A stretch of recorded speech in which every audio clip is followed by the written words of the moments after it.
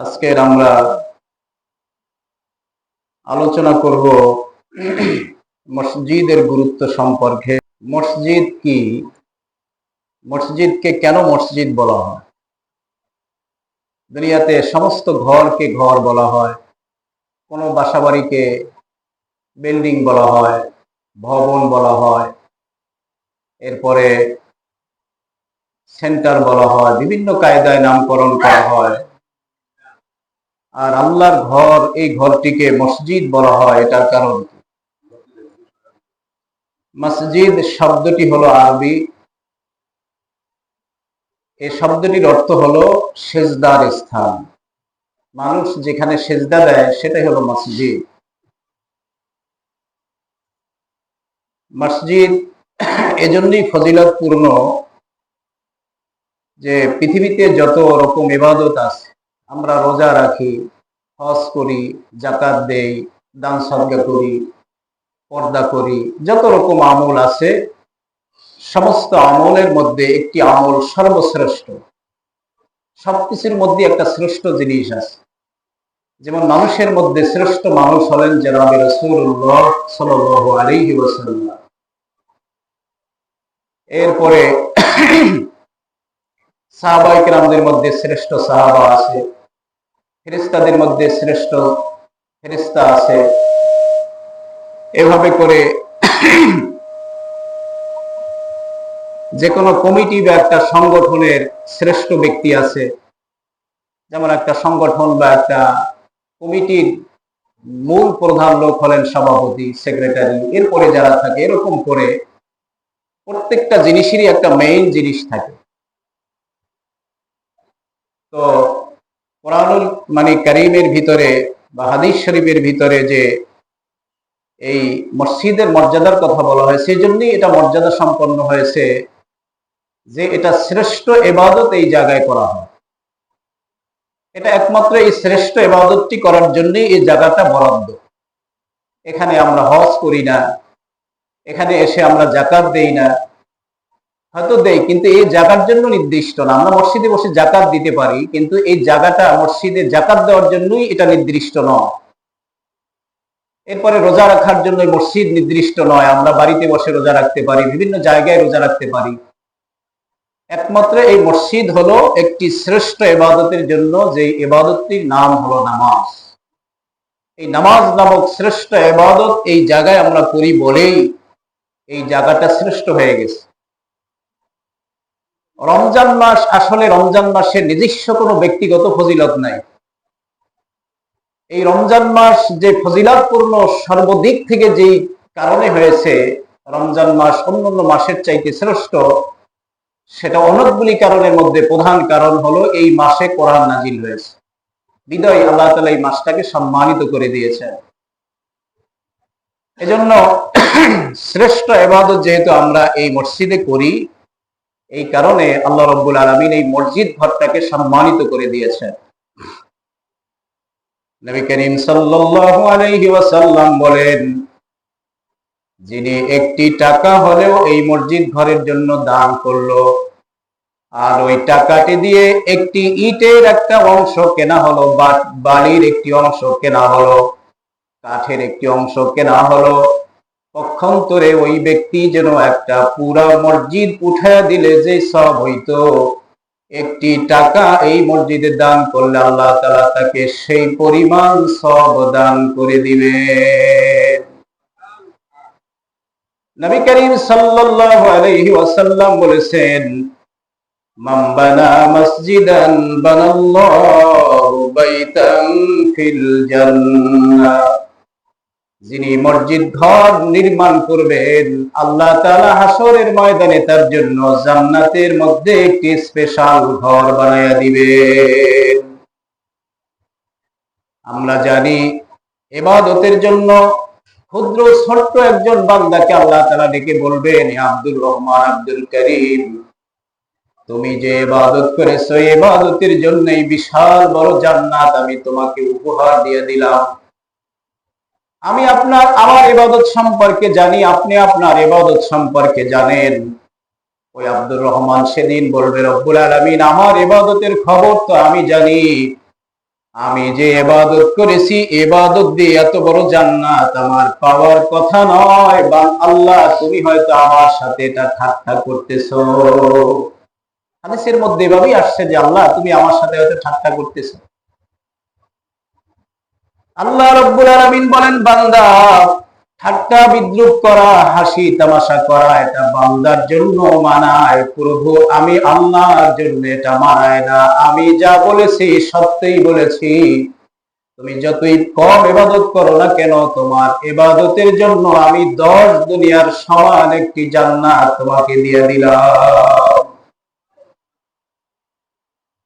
আল্লাহ বলবেন, তুমি আশ্চর্য হয়েছো, আশ্চর্য হওয়ার কোনো কারণ নাই।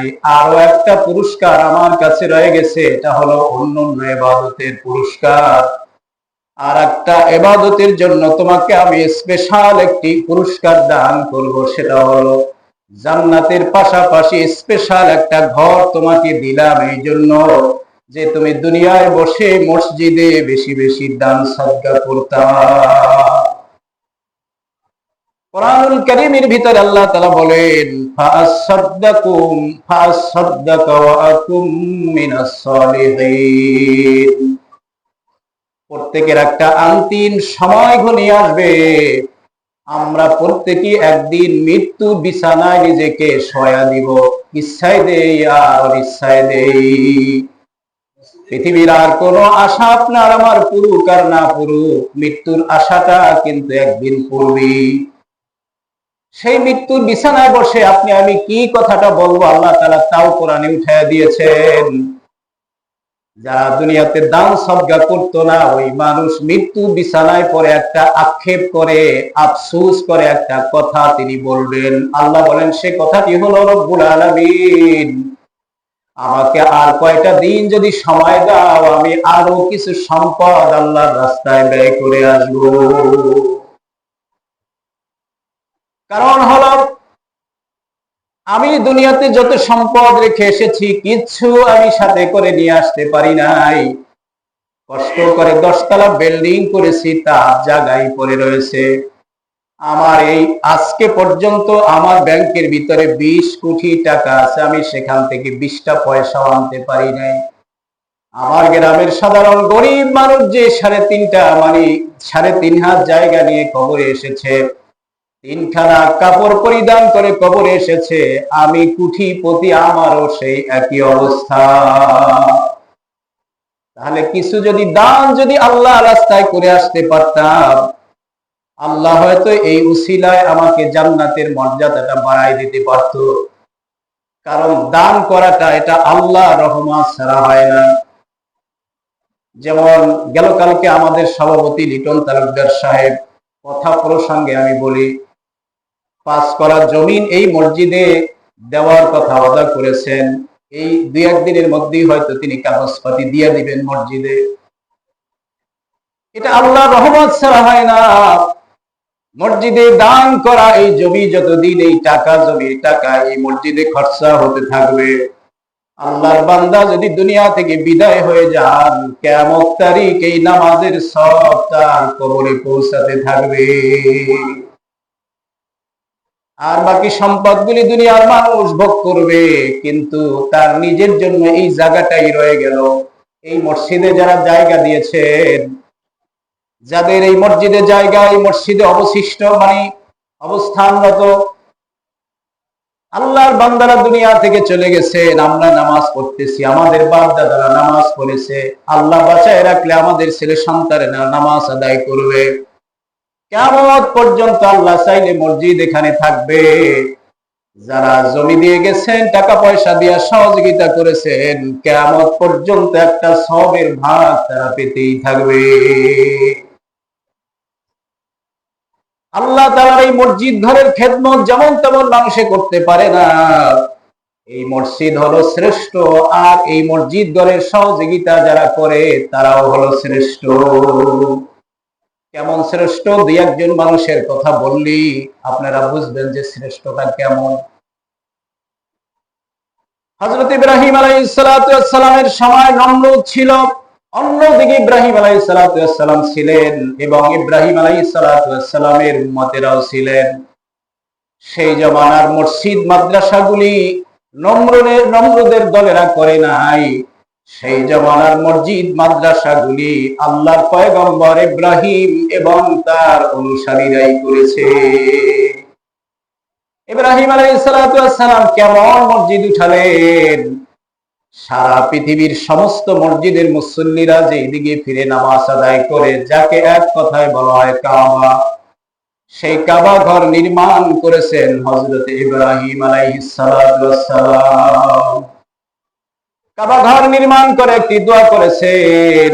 কাবা ঘর নির্মাণ করে আল্লাহর কাছে দুই বাপ বেটা দোয়া করতেছে, রব্বানা ওয়াজআলনা মুসলিমাইনি লাকা ওয়া মিন যুররিয়াতিনা উম্মাতান মুসলিমাতান লাক ওয়া আরিনা মানাসিকানা ওয়া তুব আলাইনা ইন্নাকা আনতাত তাওয়াবুর রহিম।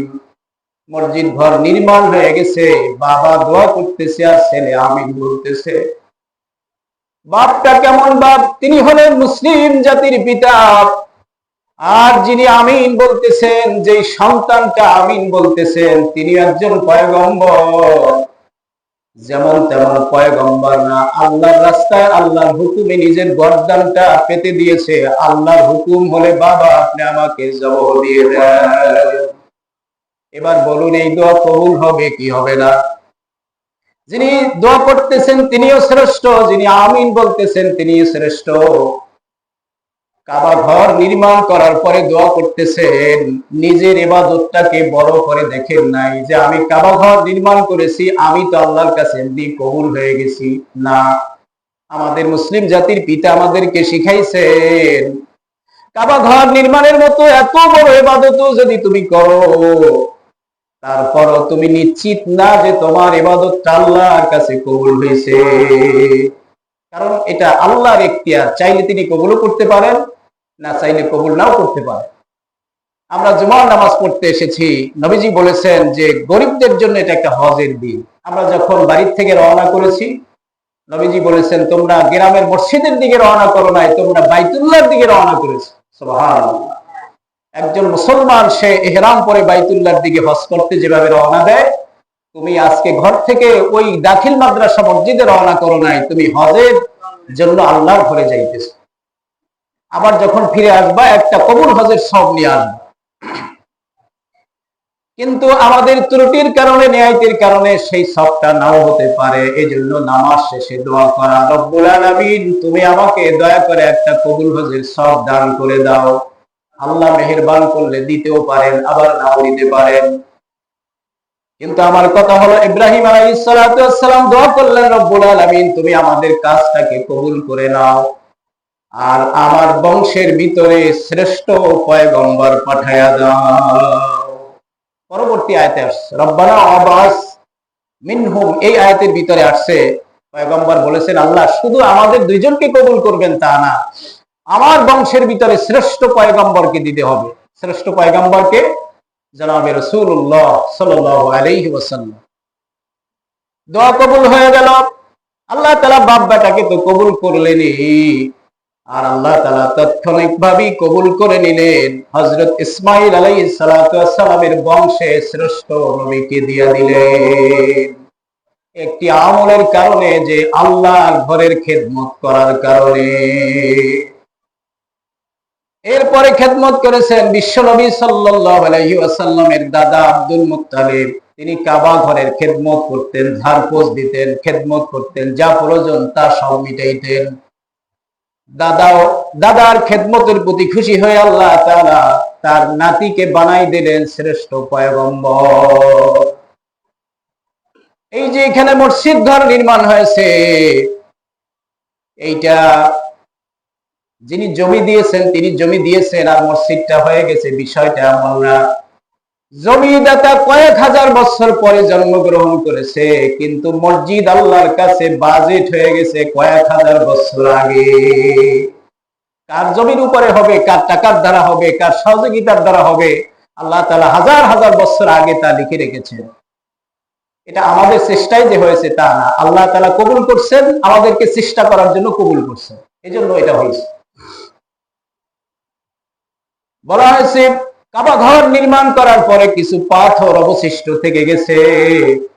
পাথরগুলি পয়গম্বর ইব্রাহিম আলাইহিস সালামের কাছে আপিল করলেন, পয়গম্বর সমস্ত পাথরগুলি কাবা ঘরের গায়ে লাগাই দিলেন, আমাদেরকে অবশিষ্ট রাখলেন, আমরা কি অপরাধ করলাম?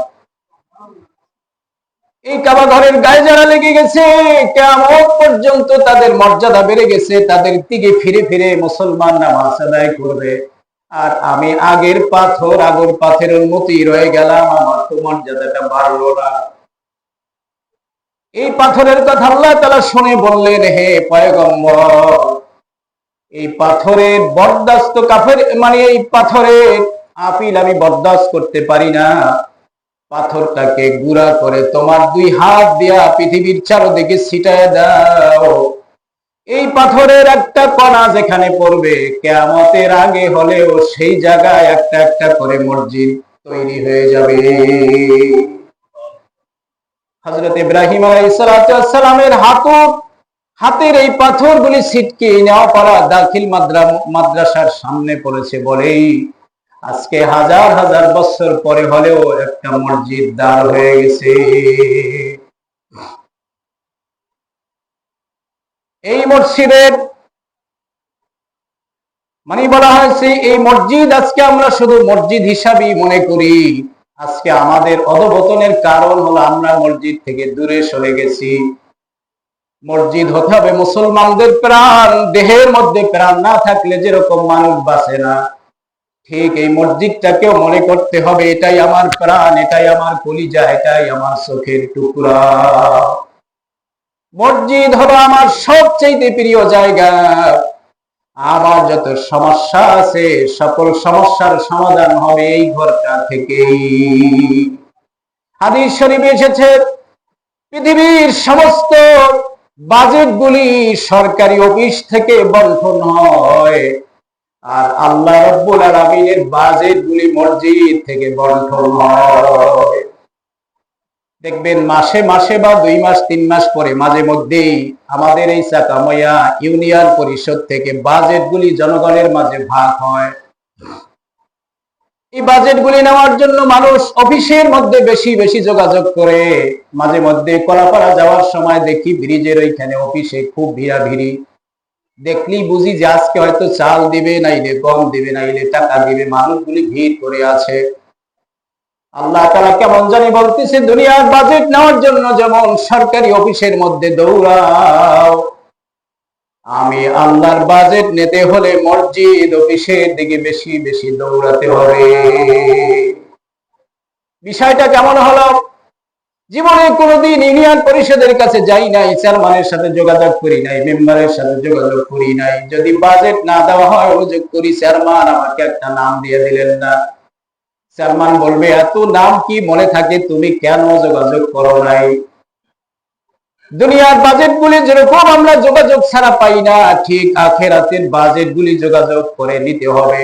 মসজিদে যে যত বেশি আসবে আল্লাহর নিয়ামত সে তত বেশি পেয়ে যাবে। কেমনে পেয়ে যাবে বলা হয়েছে, ফজরের নামাজ জামাতে পড়ে একটা লোক মসজিদ থেকে বের হলো।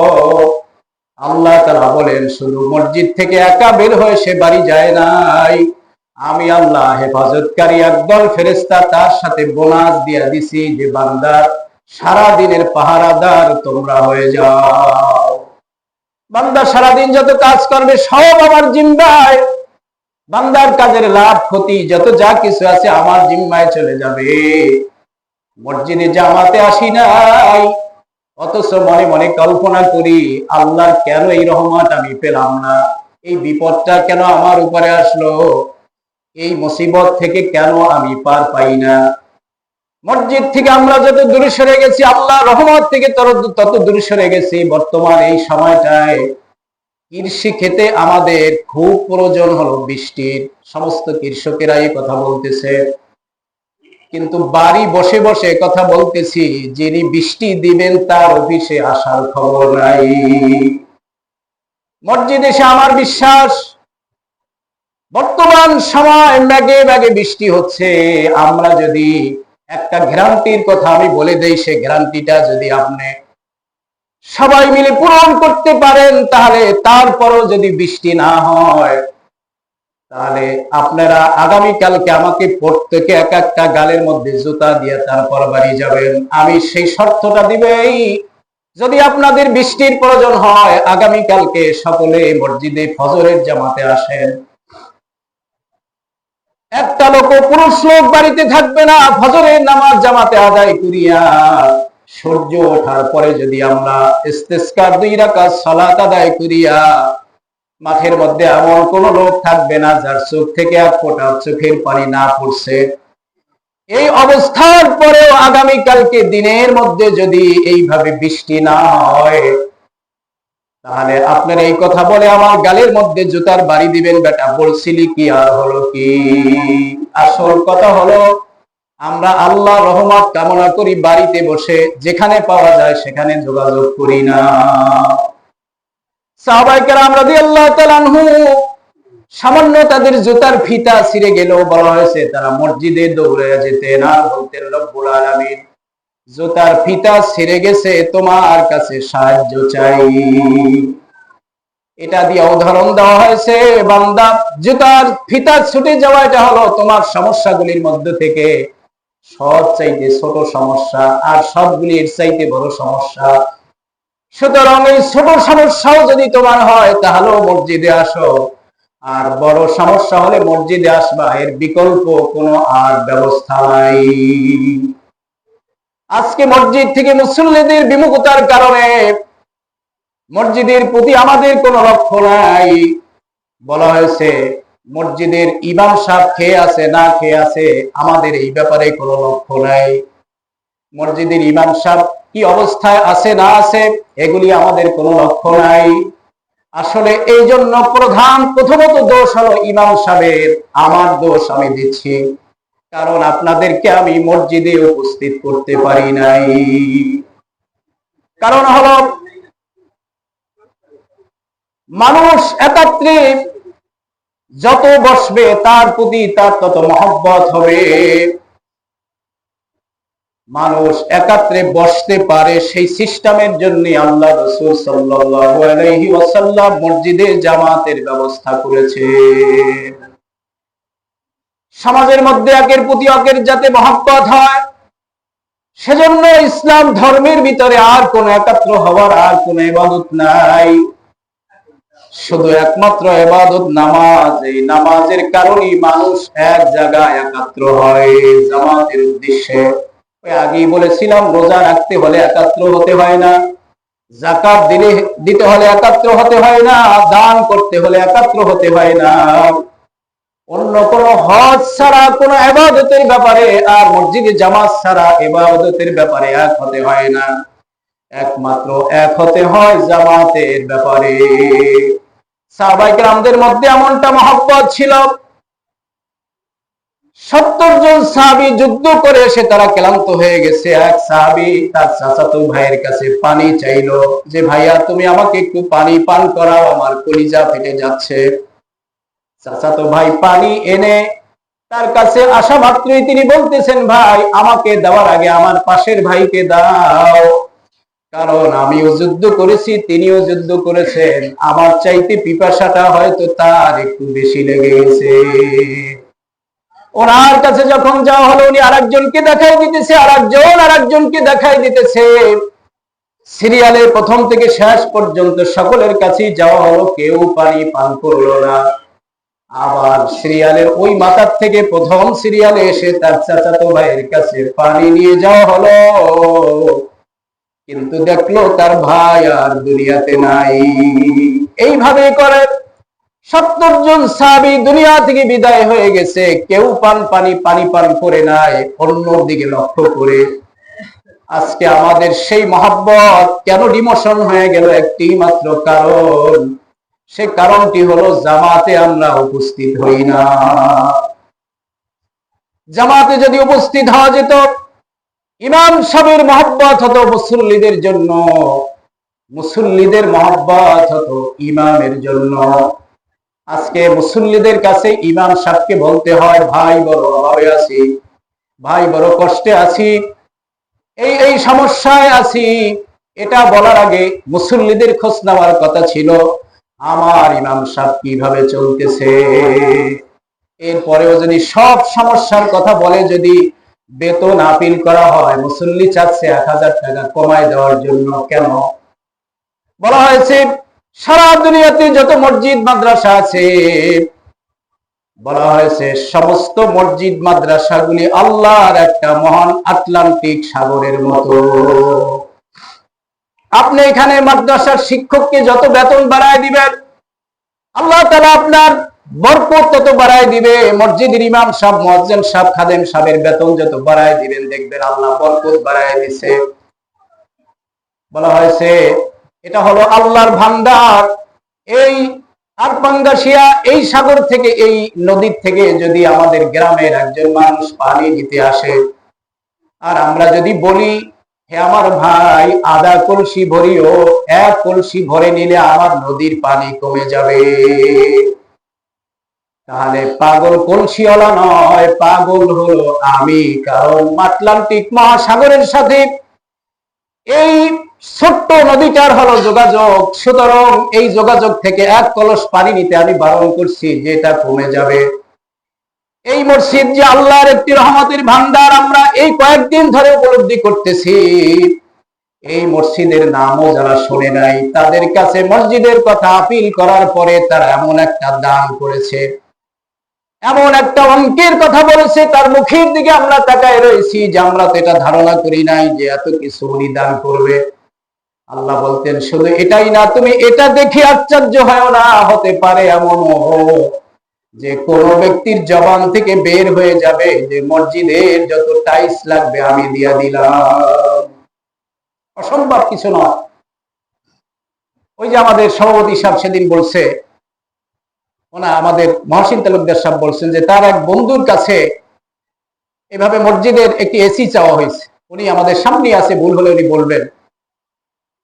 তো তিনি বলছেন যে আপনাদের মসজিদের ইমাম সাহেব, মুয়াজ্জিন সাহেবের বেতন কত? বলে এত এত। বলে যে না, আপনাদের মসজিদে আমি মানে কি এভাবে এসি দিব না। কারণ হলো আমাদের বাপ দাদারা 14 গোষ্ঠী এখানে নামাজ আদায় করছে, এসি ছিল না, নামাজ তো হয়ে গেছে আশা করি। কিন্তু আমাদের সবচাইতে যেটা ফরজ সেটা হলো ইমাম সাহেবের খবর রাখা। তিনি বলেছেন আমি যেই টাকাটা দিয়ে এসি দিতাম, আমি চাইলে 2টা এসি দিয়া দিলে আমার হয়তো 32 গুণে 7,000 টাকা খরচ হতো, আরো কম হতো। কিন্তু আমি যতদিন বেঁচে থাকবো, ইমাম মুয়াজ্জিনদেরকে আমি এমন একটা অঙ্ক দিব যে প্রতি বছরে আমি 60,000 টাকা সেই খাবে আমি দান করব। এর মানে এই নয় যে তিনি এসি দিবেন না, তার মানে ওইটাও তিনি আগে পূরণ করেছেন। এজন্য আমি কিন্তু আপনাদের কাছে বেতন বাড়ানোর জন্য কথা বলি নাই। আমি কথা বলছি যে আপনারা মসজিদে আসেন, মসজিদে আসলে ইমামের জন্য আপনাদের একটি মহব্বত হবে, ইমামেরও আপনাদের জন্য একটি মহব্বত হবে। আপনি একটি মুসিবতে পড়লে ইমাম সাহেবকে ফোন দেওয়া লাগবে না যে ইমাম সাহেব আমার বাবা অসুস্থ হয়ে গেছে, একটু ছাত্র নিয়ে আসেন, কোরআন শরীফ পড়বো, অথবা তার জন্য একটু দোয়া করতে আসেন। উনি যখন পাশের লোকের কাছে শুনবেন, যেভাবে মহসিন তালুকদার অসুস্থ হয়ে গেছে, উনি আরেকজনের কাছে শুনে মনের টানে উনি সেখানে রাত 12টার পর ছুটে যাবে। অথবা ইমাম সাহেব অসুস্থ হয়ে গেছে, লিটন তালুকদার সাহেব অথবা মকসুদুল তালুকদার সাহেব যদি এটা শুনে যে ইমাম সাহেব অসুস্থ হয়ে গেছে, কারো বলাও লাগবে না, ইমাম সাহেবকে অনুরোধ করা লাগবে না, মহব্বতের টানে তিনি রাত 2টার সময় ইমাম সাহেবের বাড়ি হাজির হয়ে যাবে। প্রিয় ভাইরা, এই মহব্বত তখন হবে যখন আমরা জামাতে তৈয়ার হয়ে যাব। এজন্য আমরা একটা নিয়াত করেছি, আলহামদুলিল্লাহ ফজরের জামাতে আমরা যারা আসি, আলহামদুলিল্লাহ অনেক সময় এক কাতার হয়ে যায়। প্রত্যেকেই যদি নিয়াত করি যে আমি 1 জন করে লোক নিয়ে আসব, তাহলে যদি 20 জন লোক হয়, আগামীকালকে 40 জন লোক হওয়ার কথা। আমার একমাত্র আত্মবিশ্বাস, মসজিদের যত সমস্যা আছে, আপনি বেতন বলেন, মসজিদ সংস্কার বলেন, যা কিছু বলেন, সব সমাধান হয়ে যাবে যদি মসজিদে মুসল্লি উপস্থিত করা যায়। এজন্য বর্তমান সময় দাওয়াতের বেশি প্রচলন, বেশি দাওয়াতি কাজ করতেছে তাবলীগ ওয়ালারা, যেই হারে মানুষের দাঁড়ে দাঁড়ে গিয়া দাওয়াতের কাজ করতেছে, এই হারে দাওয়াতের কাজ আমরা হয়তো অন্য সংগঠন এত বেশি আগাতে পারি নাই। এই কয়েকদিন মাত্র হলো মেদনাবাড়িতে, আমাদের এখানে তালুকদার বাড়িতে তাবলীগ জামাত এসেছে। হয়তো কোনো দাওয়াতে একটা লোকও তারা পায় নাই, তারপরও তারা এই এলাকাটা এভাবে সায়ের করে এসেছেন, ঘুরি দিয়ে এসেছেন, যাতে আল্লাহর কাছে তারা বলতে পারে রব্বুল আলামিন দাওয়াত দেওয়াটা আমাদের দায়িত্ব ছিল, কিন্তু আমরা তো তাদেরকে পাই নাই।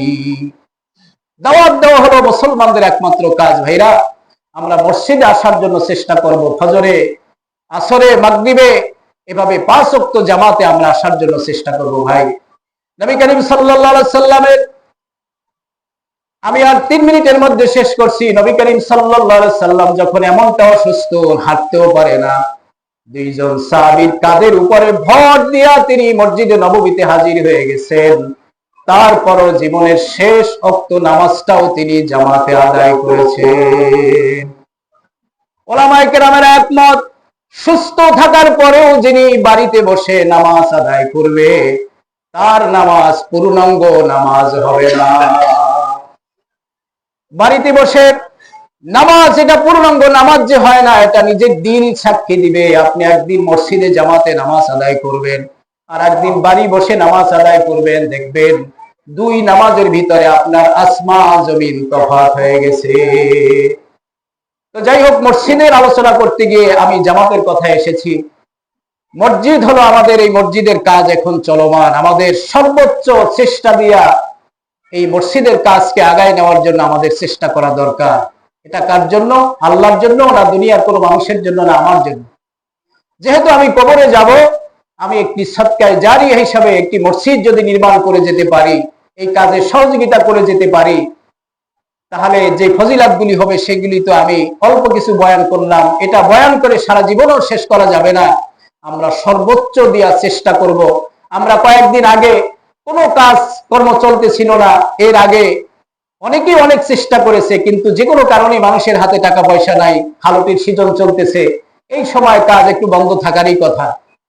কিন্তু বন্ধ থাকার পর আমরা দোয়া কিন্তু বন্ধ রাখি না। এমন একটা শুক্রবার যায় নাই যে কাজ বন্ধ আছে, দোয়া বন্ধ গেছে। মসজিদের জন্য হয়তো এরকম একটা শুক্রবার যায় নাই। আমরা প্রতি শুক্রবারে দোয়া করছি যে আল্লাহ তাআলা মসজিদের কাজটাকে তুমি আবার চলমান যাতে হয় সেই ব্যবস্থা করে দাও। দেখেন, এই ঢাল সিজনের মধ্যেও সেই কাজ কিন্তু আবার আল্লাহ চালু করেছেন। এজন্য আমরা প্রতি নামাজে আমরা এখানে পড়ি, আর একখানে পড়ি, ঘরে পড়ি, মসজিদের জন্য দোয়া করা, যে আল্লাহ তাআলা যাতে এই মসজিদকে পূর্ণাঙ্গ রূপে কমপ্লিট করে দিতে পারেন, সেইভাবে ব্যবস্থা যেন হয়। আমরা সর্বোচ্চ দেওয়ার চেষ্টা করব এবং অন্যকে উৎসাহিত করব, যেভাবেই হোক